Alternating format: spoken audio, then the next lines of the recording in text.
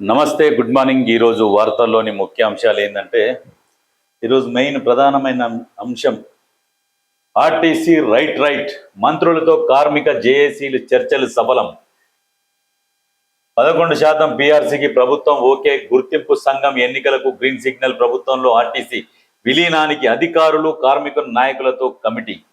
మొత్తం 31 డిమాండ్లకు ప్రభుత్వం అంగీకారం. సమ్మె విరమిస్తున్నట్టు కార్మిక సంఘాల జేఏసీ ప్రకటన. మార్నింగ్ షిఫ్ట్ నుంచి యథావిధిగా బస్సులు. 3 రోజుల సమ్మె ముగియడంతో ఊపిరి పీల్చుకున్న ప్రయాణికులు. తొందరపడి ప్రతిపక్ష నాయకుల మాటలు విని సమ్మెలోకి దిగి ఒక ప్రాణం పోగొట్టుకున్నారు. ఆయన రిటైర్మెంట్ దగ్గరలో ఉన్నాడు. అటువంటి వ్యక్తిని రెచ్చగొట్టి అతని ప్రాణాలకు కారణమయ్యారు ప్రతిపక్ష నాయకులే. వాస్తవానికి ఇప్పుడు ఆయనకి ఏం అవసరము? ఈ టైంలో ఆయన అంత అగత్యానికి ఒడిగట్టడానికి కారణం అసలు ఏంది? కొద్ది రోజులు అయితే రిటైర్ అవుతా ఎందుకు నాకు అని అనుకుంటాడు. కానీ రెచ్చగొట్టిరు. తప్పది. అనవసరంగా ఒక ప్రాణాన్ని బలి తీసుకున్నారు. ఈ బలి తీసుకున్నాక ఇప్పుడు సంతోషపడుతున్నారు. ఏమంటారు? ఇక ₹1 కోటి ఇవ్వాలి, అది ఇవ్వాలంటే ఆ ప్రభుత్వం కూడా క్లియర్గా చెప్పింది.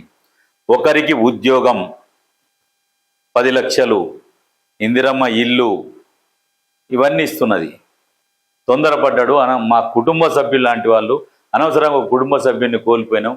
సమ్మె మొదలుపెట్టి ఎన్ని రోజులైందని ఇటువంటి దానికి ఒడిగట్టిరు అంటే ఆ వ్యక్తిని రెచ్చగొట్టిరు ఈ ప్రతిపక్షాలు.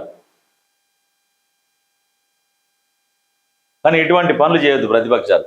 అందుకనే నమ్మొద్దు.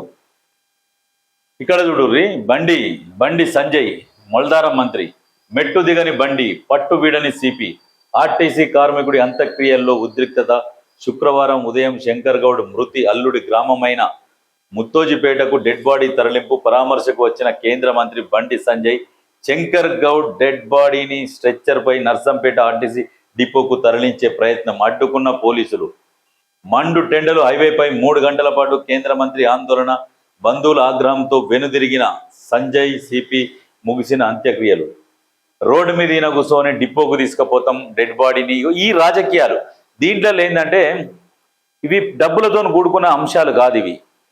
ఇవి సెంటిమెంటు.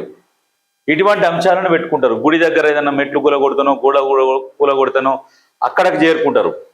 ఇప్పుడు ఇక్కడ ఈయన చనిపోయిండు, డెడ్ బాడీ దగ్గర శివరాజకీయాలు చేస్తారు. తెలంగాణ అభివృద్ధి కోసం ఏమన్నా ప్రయత్నం చేసినామంటే సున్నా, గుండు సున్నా. తెలంగాణ అభివృద్ధి గురించి ఎక్కడ కూడా మాట్లాడు. పార్లమెంట్లో ఎన్నడన్నా నోరు తెరిచి ఎందుకు గెలిపించుకున్నాము రా నాయన, ఎన్నడన్నా స్పీచ్ ఇందామంటే అరే బండి సంజయ్ ఎట్లా మాట్లాడతాడో ఒకసారి పార్లమెంట్లో ఇందామంటే పరిస్థితి లేదు. అటువంటిది ఆయన ఈ రాజకీయాలు చేస్తేందుకు మాత్రం పనికొస్తాడు. ఇసోంటోని ఢిల్లీ దాకా తోలిరు ఆ ప్రజలు, కరీంనగర్ ప్రజలకు నిజంగా ఆలోచన చేసి పంపిర్రా, ఆలోచన చేయకుండా పంపిర్రా, కరీంనగర్ ప్రజలు ఆలోచన చేసుకోవాలి. ఒక భాష మీద పట్టు ఉండదు, సబ్జెక్టు మీద పట్టు ఉండదు, దేని మీద అవగాహన ఉండదు. ఓన్లీ కొన్ని వాటిని పట్టుకుంటాడు. ఇటువంటి శివరాజకీయాలు గుడుల దగ్గర. అటువంటి వ్యక్తిని ఢిల్లీకి పంపితే మన తెలంగాణకు సరే, ఈ కరీంనగర్ ఆ నియోజకవర్గానికి ఏమన్నా తెస్తున్నాడా అంటే ఏం తెస్తున్నాడు? ఏం లేదు. ఇక వాళ్ళకు సేవ చేసినందుకు మంత్రి పదవి ఇచ్చారు. అట్లా ఉంటుంది.